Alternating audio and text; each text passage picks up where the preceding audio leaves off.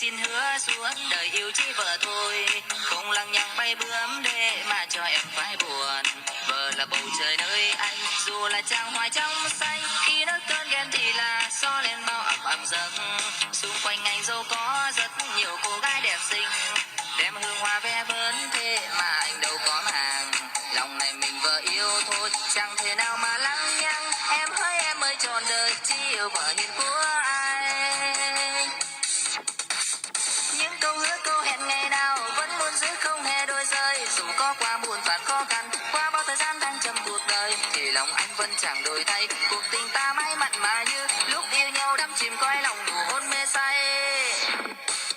Tim anh đây xin hứa suốt đời yêu chỉ vợ thôi, không điều hòa gian dối nói lời anh luôn giữ lời.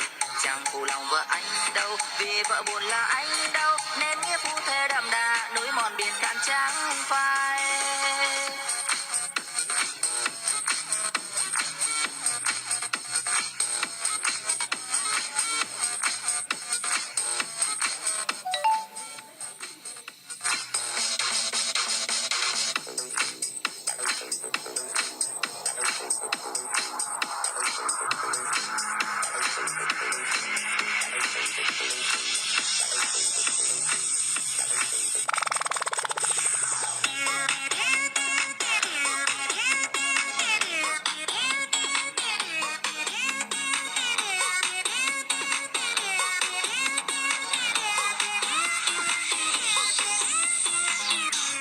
Tim anh đây xin hứa suốt đời yêu chỉ vợ thôi, không lằng nhằng bay bướm để mà cho em phải buồn.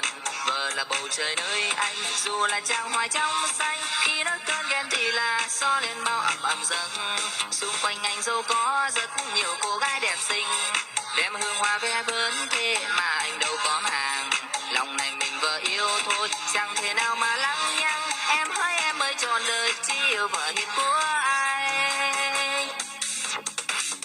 Những câu hứa câu hẹn ngày nào vẫn luôn giữ không hề đôi rơi. Dù có qua muôn vàn khó khăn, qua bao thời gian thăng trầm cuộc đời, thì lòng anh vẫn chẳng đổi thay. Cuộc tình ta mãi mặn mà như lúc yêu nhau đắm chìm coi lòng đủ hôn mê say. Tim anh đây xin hứa suốt đời yêu chỉ vợ thôi, không điều hòa gian dối nói lời anh luôn giữ lời. Chẳng phụ lòng vợ anh đâu, vì vợ buồn là anh đâu, nên nghĩa phu thề đậm đà núi mòn biển cạn trắng phai. Chẳng phụ lòng vợ anh đâu, vì vợ buồn là anh